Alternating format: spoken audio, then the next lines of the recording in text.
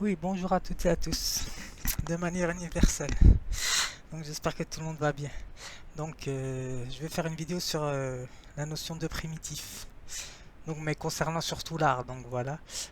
Qu'est-ce que je voulais dire? Je vais vous donner la définition. J'ai fait un texte rapidement qui m'est venu à l'esprit donc ce matin. Donc je l'ai écrit euh, et je vais parler un peu de entre guillemets. Je vais survoler entre parenthèses ce que c'est l'érotisme. Mais bon, je pense que tout le monde sait ce que c'est, donc j'ai pas besoin d'aborder ce sujet-là. Normalement, c'est un sujet personnel, mais comme j'aborde la philosophie, je peux pas dire que je suis dans l'obligation d'aborder ce sujet, parce que si je voulais ne pas l'aborder, je l'aborderais pas, mais je vais l'aborder puisque ça fait partie de l'art aussi. Donc voilà, c'est pour ça que j'ai fait un dessin entre guillemets exceptionnel, hein, parce que normalement, je fais pas des dessins comme ça. Donc voilà, parce que l'artiste philosophe, je parle, il doit étudier toutes les types de morphologie concernant la danse. Donc voilà, déjà par exemple, la tenue chez la danseuse classique, c'est déjà une sorte de tenue érotique parce que le corps déjà est érotique déjà. Donc il n'y a même pas besoin de montrer des choses à la vue de quelqu'un puisque on va dire le corps s'impose à nous. Tout corps s'impose à nous déjà pour commencer. Enfin, je fais ça concernant un petit peu mes connaissances et mon expérience. Là, je reprends pas de ce que j'ai lu. Donc voilà. C'est de ce que je sais, de ce que représente l'érotisme. Donc j'en parle pas plus que ça, mais je vais l'aborder. Je suis obligé d'aborder là-dessus parce que j'ai repassé le dessin parce que des contretemps concernant le temps sont venus me perturber mon quotidien tout en le réorganisant puisque le quotidien il n'est jamais acquis. Alors, parce que c'est le concept de quotidien, donc voilà. Par exemple, si j'aborde le concept de quotidien, parce que j'avais parlé du quotidien, donc voilà. Donc c'est tout ce qui n'est pas vraiment, tout ce qui est stable et non stable le quotidien. Donc voilà, c'est ce qui est changeant. Donc voilà. Bah oui, parce qu'il faut allier la théorie à la pratique. Donc alors, je m'arrête là. Alors, je vais donner la définition de primitif. Alors, je vais pas prendre la notion, je vais pas aborder la notion primitive au sens étymologique concernant Lévi-Strauss, parce que j'en avais parlé un petit peu au niveau d'anthropologie, mais je vais juste l'aborder concernant l'art, parce que c'est un autre niveau. Donc voilà, il faut bien connaître et bien se pencher là-dessus. Faut pas que je dise n'importe quoi non plus. Donc j'essaie d'apporter juste quelques petites choses éducatives. Alors, primitif. Par contre, la notion d'érotisme est liée pas dans le dictionnaire de la philosophie. Donc je vais m'aider avec un petit peu avec le dictionnaire Larousse de la psychanalyse.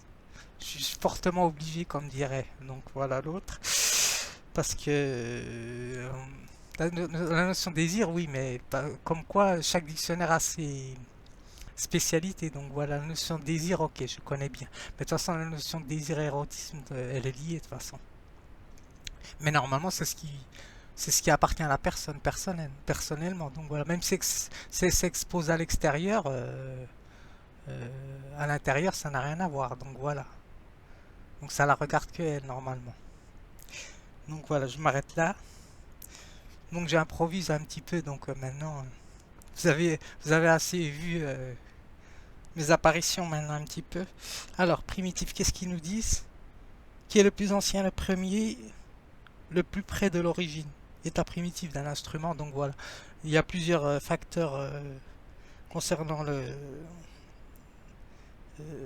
la notion de primitif. Donc, alors la mienne, ce qui m'intéresse moi, c'est celle qui définit la fonction concernant une société. Donc voilà l'écriture. Et ils nous disent que l'anthropologie se dit des sociétés des peuples qui ne connaissent pas l'écriture et ne pratiquent ni culture ni élevage.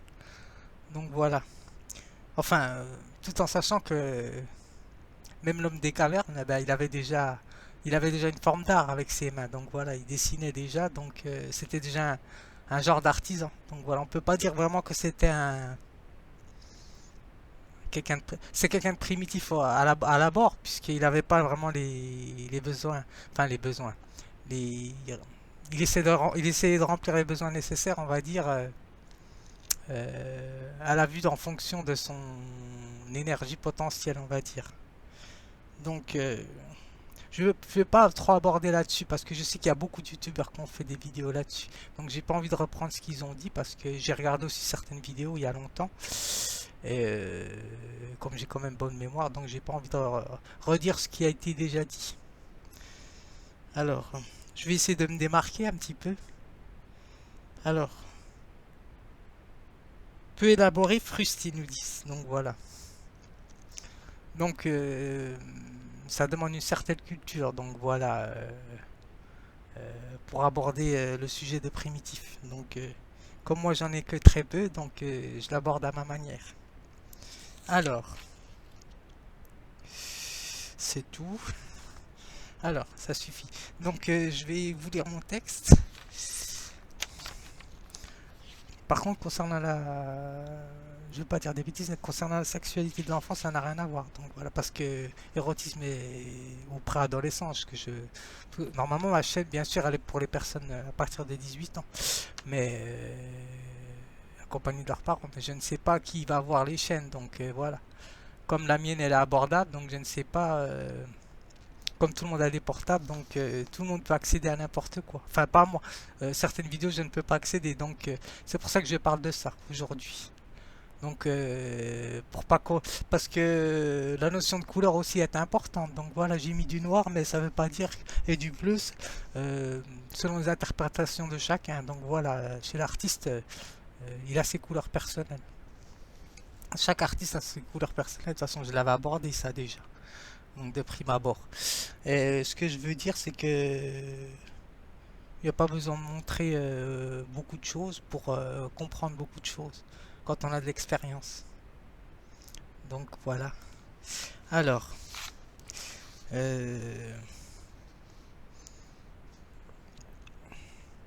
ce que je veux dire, j'ai tellement de choses à dire.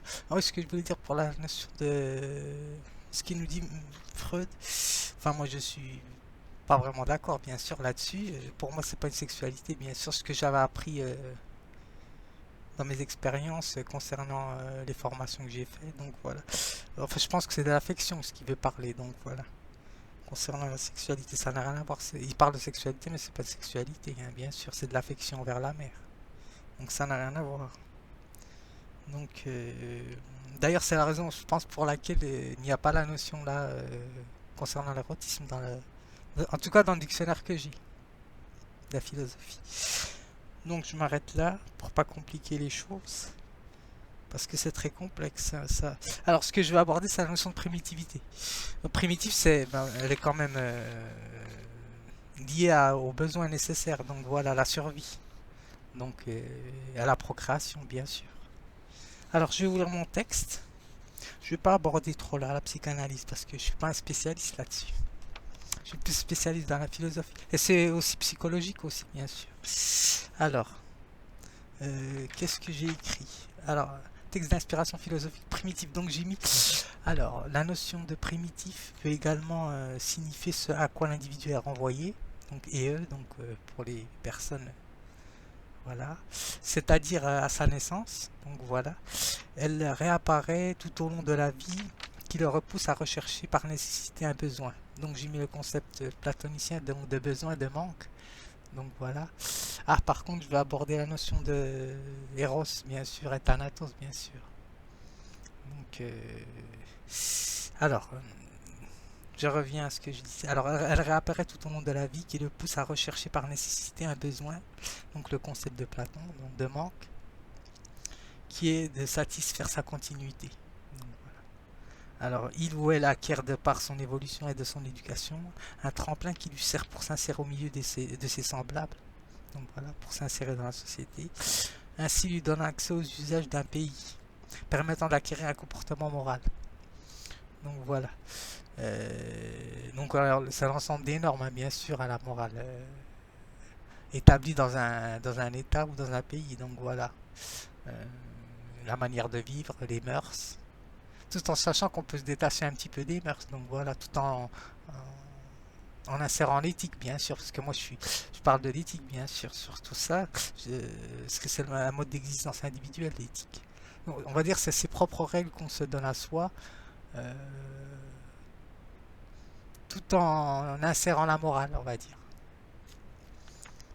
Donc, alors c'est alors qu'il bénéficie à un espace public et privé, c'est-à-dire qu'il ne regarde que sa propre personne. Donc voilà, c'est ça que je voulais parler. Le privé et le public, c'est pas la même chose, donc il faut faire attention. Hum, Sans faire de jeu de mots là, quand je dis pas la même chose. Donc voilà, s'écartant du partage. Donc voilà, ce que j'ai fait, par exemple ici, n'a rien à voir avec l'extérieur. Donc voilà. C'est c'est ça que je veux dire. Bon, tout le monde m'aura compris de ce que je veux dire. Donc voilà, la sphère privée et la sphère publique, il faut la séparer. Donc voilà. C'est comme quand vous allez à l'école. Par exemple, si j'allais à l'école, ben, je vais pas y aller avec mon pantalon de scène. Donc voilà. Donc, je vais m'habiller entre guillemets normalement pour rentrer dans la. On va pas dire dans la norme, hein, dans les normes. Donc voilà, parce que je pense qu'il y a plusieurs normes. Il n'y a pas qu'une norme. Alors concernant l'art primitif, bon, c'est ça que j'ai essayé de faire à travers un dessin que j'avais fait déjà il y a longtemps. Mais de toute façon, tout le temps quand je fais de la peinture, c'était du stylo que j'avais fait, je l'ai repassé en feutre. Mais toujours quand je fais quelque chose, c'est pour essayer de réfléchir bien sûr sur le corps, hein, bien sûr. Que ça soit film, cinéma, de toute façon, il y a toujours une réflexion derrière, hein. Donc, enfin, nous essayons, nous essayons. Alors, au sujet de l'érotisme, donc j'ai écrit, nous pouvons la relier au concept du moi, donc de Freud. Donc, on ne sait pas vraiment ce que c'est le moi. Donc, je me suis inspiré du livre de la psychanalyse parce que tout à travers la vie, ben, on essaie de se découvrir donc à travers notre corps. Donc, on va dire selon la manière dont déjà ce que je fais déjà là, ben, déjà c'est montrer le corps déjà. Mais c'est une recherche plus esthétique et peut-être aussi de plaire aussi un petit peu. Donc voilà, ça c'est normal, la notion de plaire elle existe, hein, donc il faut pas la nier. Donc sinon ça sera un déni des réalités. Alors, ce qui se cache est ce que l'on montre, j'ai mis, ou plutôt ce que la personne désire montrer. Donc voilà. Donc c'est le concept de désir, hein, de toute façon, pour moi, concernant l'érotisme. Ça part tout par du désir. Donc voilà, on ne sait pas vraiment ce que c'est que le désir, mais comme dirait Deleuze, c'est une construction. Donc voilà, c'est construire dans un ensemble. Donc si je répète ce qu'il avait dit, donc construire, ce n'est pas, on va dire, ça dépend du désir de chacun. Donc il n'y a pas besoin de porter, enfin tout dépend. Donc voilà, quelqu'un va porter par exemple des habits, je parle de la danse surtout parce que moi je connais plus la danse. Des vêtements serrés ou pas ou larges parce que je portais aussi des vêtements larges. Donc quand je dansais, donc tout va dépendre du style. C'est pour ça qu'on dit que celui-là il a tel style ou tel style. Parce qu'il y a des danseurs qui portent des baggy comme on disait, des pantalons larges ou déchirés. Donc voilà, ça aussi ça fait partie de l'érotisme aussi. Donc voilà, les pantalons troués déchirés. Donc euh, la mode d'ailleurs. Donc c'est un sujet intéressant et complexe. Donc l'érotisme, mais je l'aborde de manière quand même assez tempérée parce que je suis quand même assez réservé et pudique. Donc voilà, comme ce que j'avais dit dans mes vidéos précédentes. Alors, la forme d'un corps habille suffisamment amplement pour mettre en réflexion la notion d'érotisme. L'habit, l'habit qu'on choisit nous informe sur l'individu. Ça, je l'écrirai pas par contre, hein, sur l'érotisme. Je vous le lis juste comme ça, à l'oral, de manière orale. Donc, voilà. Je peux pas dire comme ce que j'avais dit dans l'habit et son âge. Dis-moi comment tu t'habilles et je te dirai comment tu es parce que vous voyez comme quoi je remets en question ce que je dis. Donc c'est ça, faut remettre tout le temps en perpétuelle réflexion ce qu'on a dit parce que j'avais dit euh, dis-moi comment tu t'habilles et je te dirai qui tu es. Je crois que j'avais dit quelque chose comme ça. je me souviens. Ça peut être vrai et non vrai, puisque la personne peut être par exemple introvertie et puis s'habiller de manière extravertie pour être acceptée par les autres. Un exemple tout bête, donc voilà, je viens de réfléchir, donc c'est possible. Ou l'inverse, une personne extravertie et s'habille de manière réservée pour rentrer dans une certaine, un certain groupe, on va dire. Donc par exemple, donc voilà, c'est pour ça que c'est complexe la notion d'érotisme. Donc donc c'est ça que je voulais dire pour les couleurs. C'est pour ça que je voulais avertir ben, les personnes. Donc il faudra pas faire une tendance inverse. Donc inverser les couleurs. Donc voilà, c'est pas parce que c'est blanc là que voilà. Donc tout le monde comprendra ce que je veux dire. Donc voilà.